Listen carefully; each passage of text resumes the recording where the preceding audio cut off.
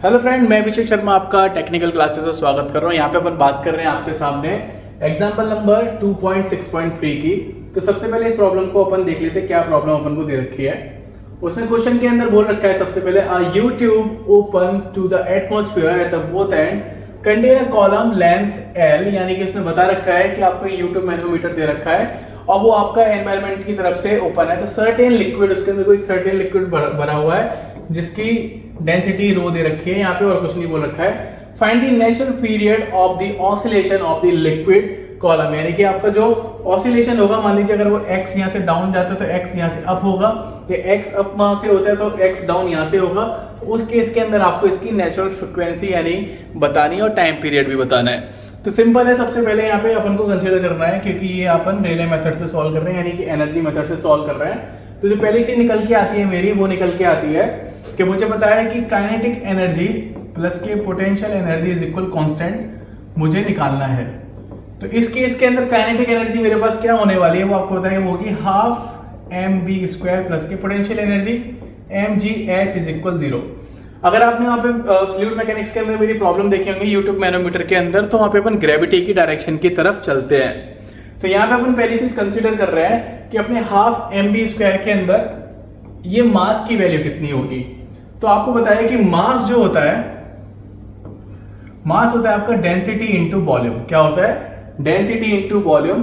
तो अगर मैं कंसीडर करता हूं कि डेंसिटी, तो आपको डेंसिटी दी है, वॉल्यूम की कंसीडर करना है, तो मैंने बोला कि उसकी जो एरिया है, क्रॉस सेक्शन एरिया की बात करता हूं कि यहाँ जो फ्लूइड होगा वो एक मैनोमीटर के फॉर्म में होगा, तो उसका क्रॉस सेक्शन एरिया कितना होता है, जैसे π/4 d² में ले सकता हूं, तो वो मैंने मान लिया। पर्टिकुलर कुछ एक लेंथ तक होगा, इमेजिनरी लेंथ मान ली मैंने l, तो रो ए एल उसका निकल के आया मास। क्या निकल के आया आपके पास? मास। तो उस केस के अंदर आपकी काइनेटिक वेलोसिटी कितनी हो जाती है? Half rho A L into b²। तो half rho A L, v को मैं लिख सकता हूं x0 का स्क्वायर। तो आपको यहाँ पे काइनेटिक एनर्जी मिल जाएगी। तो आधा क्वेश्चन आपका सॉल्व हो चुका है।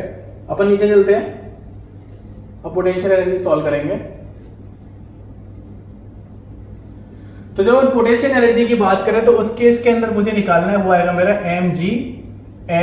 h की वैल्यू क्योंकि हाइट मेरी अप डाउन हो रही है x के बराबर, तो मैंने h को यहाँ पे x कंसीडर कर लिया। और वही चीज है अभी आपने कंसीडर किया कि पोटेंशियल एनर्जी मेरी क्या है, जैसे इस तरीके से है, मैंने थोड़ा सा पार्ट बना लिया यहाँ पे इस तरीके से डाउन हो रहा है। तो अगर मैं इसका कंसीडर करता हूँ कि मास की वैल्यू किसकी फॉर्म में आ रही है, यहाँ पे इस लेंथ के रेस्पेक्ट में ही कम ज्यादा हो रही है।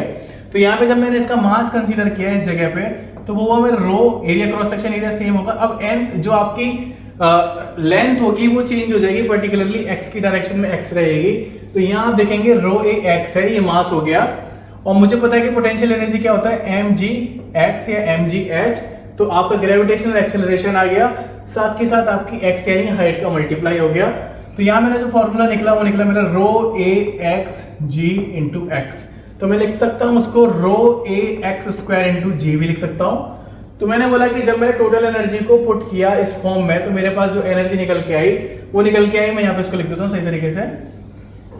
सबसे पहले काइनेटिक एनर्जी हाफ m यानी कि रो ए एल, और v का मतलब x0 का स्क्वायर। तो आप यहाँ देखेंगे आपको मिल जाएगा ये वाला पार्ट, प्लस के पोटेंशियल एनर्जी वो हो जाएगा आपके पास रो ए एक्स का स्क्वायर इंटू जी।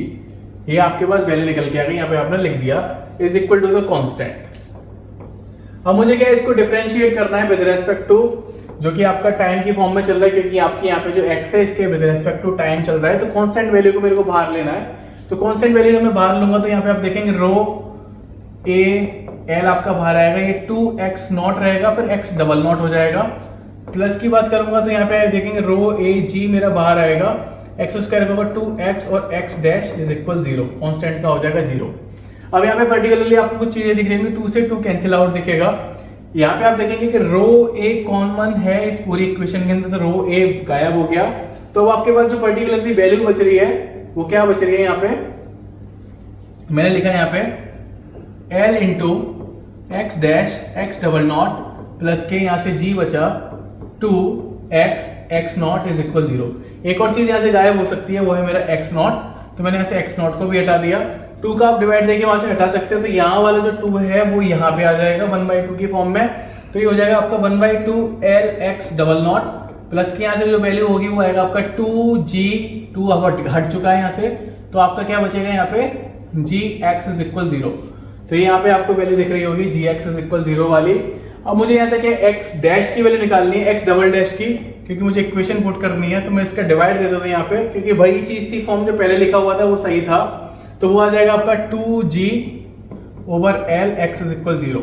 जब मैं इस इक्वेशन को यहाँ पे इक्वेट करूंगा इसकी फॉर्म में x डबल डैश प्लस के ओमेगा n का स्क्वायर x इज इक्वल 0, तो ये वाली वैल्यू आपकी ओमेगा n की फॉर्म में आ जाएगी। कितनी निकलेगी आप देख लीजिए कि omega n is equal under root 2g over l। तो आप यहाँ देखेंगे आपको दिखाई दे जाएगा ओमेगा n की value under root 2g over l। Time period की बात करूंगा तो वो होता है आपका t is equal 2 pi over omega. तो आप ओमेगा की वैल्यू अपॉन में देख सकते हैं, तो यहाँ पे t की वैल्यू साफ साफ आ जाएगी, t is equal 2 pi, under root की वैल्यू उल्टी हो जाएगी, l ऊपर आ जाएगा और 2g नीचे हो जाएगा। तो ये आपका आ गया time period for the manometer के केस में, यूट्यूब मैनोमीटर के केस में। अगर आपको वीडियो अच्छी लगी तो प्लीज़ लाइक ज़रूर करना, शेयर जरूर करना। Thank you for watching guys, thank you so much. अगर आपको हमारा कंटेंट अच्छा लगता है तो प्लीज़ आप हमको सपोर्ट भी कर सकते हैं। Thank you.